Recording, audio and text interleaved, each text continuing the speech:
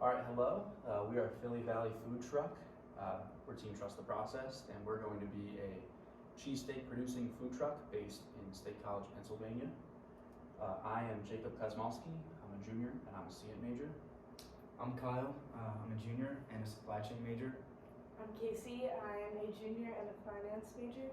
I'm Molly. I'm a senior and a management major. Okay, and I'm going to throw it over to Casey to talk about our process. So the top section of the process diagram is done by employee number 1 on a single side of the truck, and the bottom part of the diagram is done by employee 2 on the other side of the truck.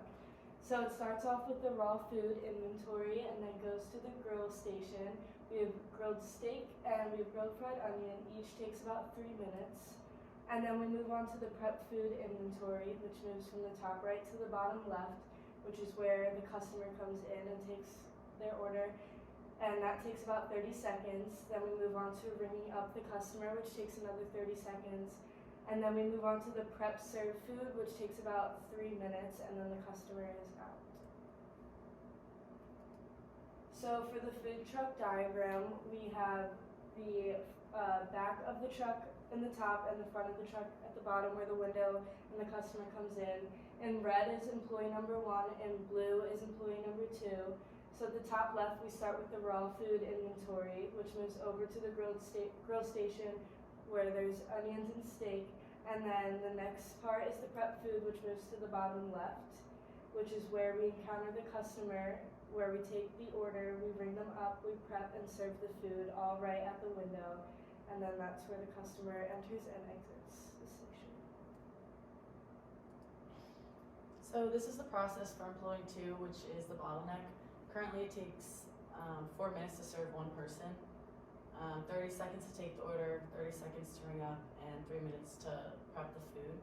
So to decrease the overall time employee 2 spends on one customer, we propose 2 solutions. The first solution is to add an electronic ordering system like a tablet on the outside of the food truck, which would allow customers to place their own personalized orders and completely eliminates the 30 seconds needed to take the order. Our second solution is to only accept electronic payments like Venmo. The majority of the ring-up step is making change for people who pay cash. So by eliminating this, we cut the ring-up step down to only 5 seconds. Also, we cannot add employees to our operation to reduce processing times. Food trucks have limited space, so we are constrained to only 2 employees. Alright, so now moving on to our strategy.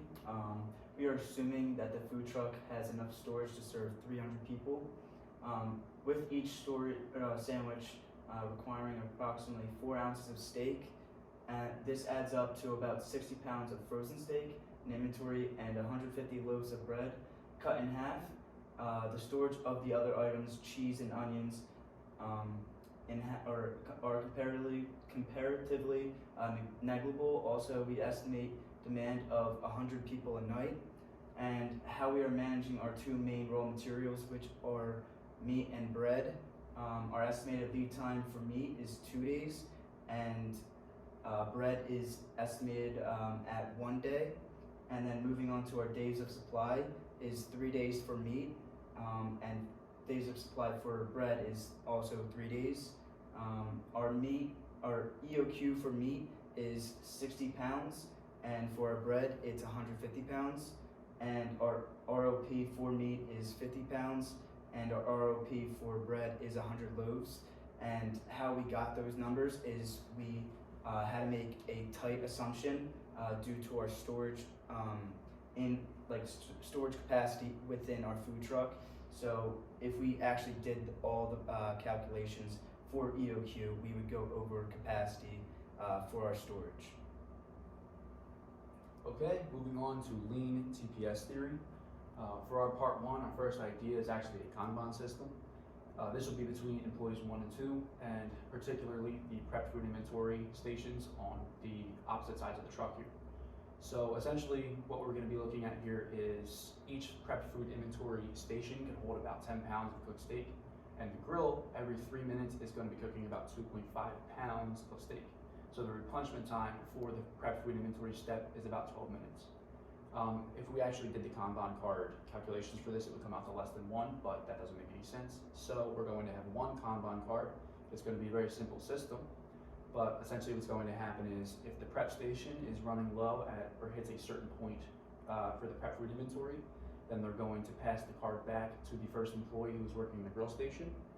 And by doing this, we're kind of reducing our waste, especially in terms of raw food inventory, because this raw food inventory station is going to be primarily frozen steak.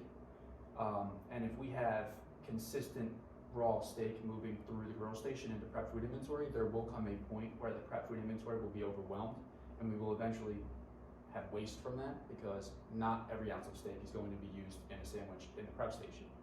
So that's our solution to that. For our second idea here, we're going to be doing a multitask job assignment for the food truck. And as we mentioned a couple times throughout the presentation, a food truck is a very cramped space.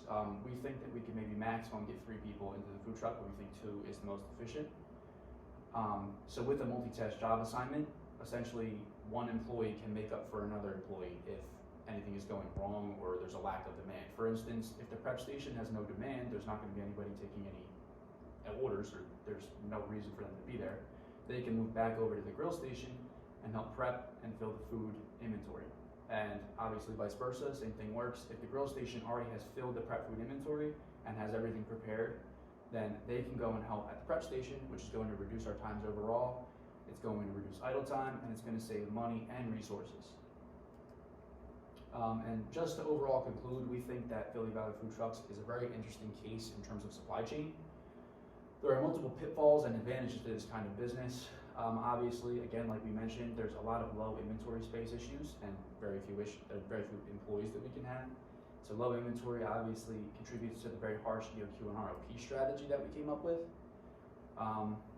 It's slightly unfortunate that the EOQs and ROPs that we calculated couldn't necessarily be used, so we had to make assumptions based on the capacity within the truck. But another great thing about the food truck is high demand and mobility. So because we're mobile, we can move to where demand is. That's why we assumed that we were getting so many clients per day, is because we can move to a place where there will be clients. We're not stuck in one place. There's no advertisement that needs to be done, because we can be our own advertising with the truck. And that attributes to very high demand. So thank you for listening. We've been Philly Valley Food Trucks, and team trust the process.